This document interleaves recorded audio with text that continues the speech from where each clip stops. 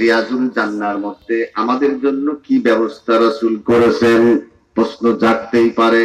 নবীজি বলেছেন, মাজালিসুল ইলম হিয়া রাউদাতুম মির রিয়াজিল জান্নাহ।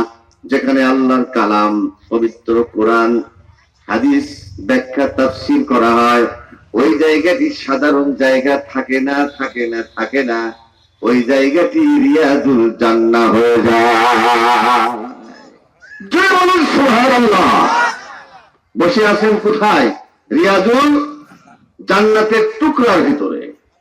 যারা আসতে পারেন নাই, একটি বছর পরেও বাইরে আছেন, আপনাদের অনুরোধ জানাবো, আপনি জান্নাতের টুকরার মধ্যে ঢুকে পড়েন। লাভটা কি হবে? প্রশ্ন হতেই পারে।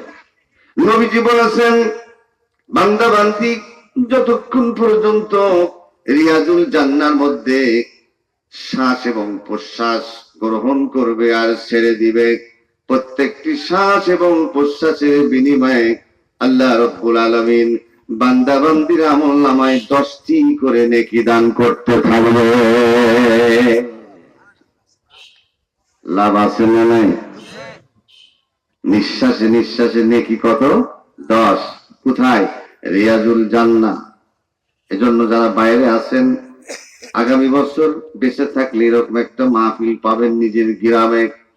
সুযোগটা হারিয়ে না দিয়ে ভিতরে ঢুকে পড়ুন। চতুর্দিকে ফেরেশতারা ক্যামেরা করতেছে, অডিও ভিডিও চলছে।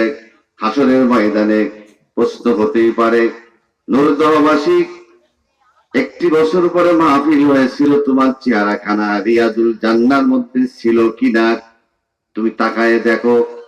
যদি ওপেন করে দেয় ভিডিওটা, তাহলে আপনি বলতে পারবেন, আপনি পারবেন, আপনি পারবেন, যারা উপস্থিত তারাই পারবেন, ওই তো আমার চেহারা দেখো, রিয়াজুল জান্নার মধ্যে আমার চেহারা। আমি তো একটু সময় দিয়েছিলাম রিয়াজুল জান্নার মধ্যে। এমন কেউ হতে পারে আল্লাহ সুবহানাহু ওয়া তাআলা হাসরের ময়দানে আল্লাহ পাক দারুণ খুশি হয়ে বলবেন, আমার আব্দুর রহমান বান্দা, নুরদহ মাহফিল হয়েছিল, কোরআনের মাহফিল, তোর চেহারা খানা আমি দেখতে পাচ্ছি, ওই তো তুই বসে আছিস। আল্লাহ পাক আজকের এই মাহফিল আসার কারণে হতে পারে তার সুপ্রিম পাওয়ারে আল্লাহ পাক বলবেন, বান্দা আব্দুর রহমান, আব্দুল কুদ্দুস, আব্দুল সালাম, ওই দুনিয়ার রিয়াজুল জান্নার টুকরার ভিতর থেকে ট্রান্সফার করে আজকে তোরে আমি জান্নাতুল ফেরদাউসে যাওয়ার পারমিশন দান করে দিলাম। যা, চলে যা। পারেন কিনা? কে পারেন? জোরে বলুন কে? লিল্লাহি তাকবীর।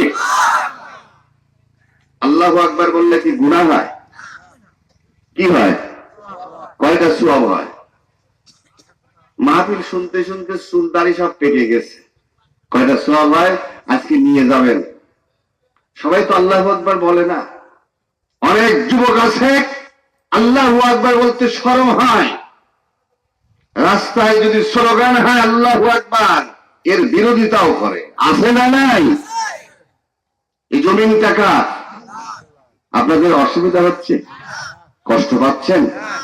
জমিনটা যার, তিনি হচ্ছেন আল্লাহ। শব্দটা কি হবে? আল্লাহ, লানা, অশুদ্ধ হবে। সবাই বলুন আল্লাহ।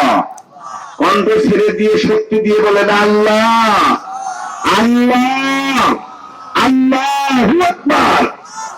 আমার যেদিন জন্ম হয়েছিল তো সর্বপ্রথম বাবা মা আমার কানে কি আওয়াজ দিয়েছিল?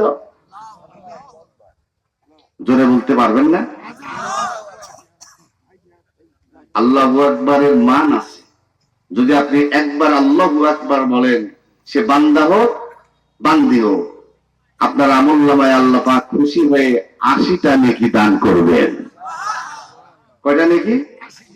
তাহলে আল্লাহু আকবার একটা তাসবিহ, একটা জিকির, সময় পেলেই আল্লাহু আকবার বলতে হবে। রাসূলুল্লাহ বলেছেন, যার অসুখ আছে শরীরে অনেক, সেজন্য আল্লাহু আকবার বলে বলে জিকির করে বেশি, আল্লাহ পাক তার অসুখকে একদম নিরাময় করে দিবে। তাসবিহ পড়তে হবে। আল্লাহু আকবার। আল্লাহ তো আছে না নাই? অতীতে এখন তিনি থাকবেন। আল্লাহু লা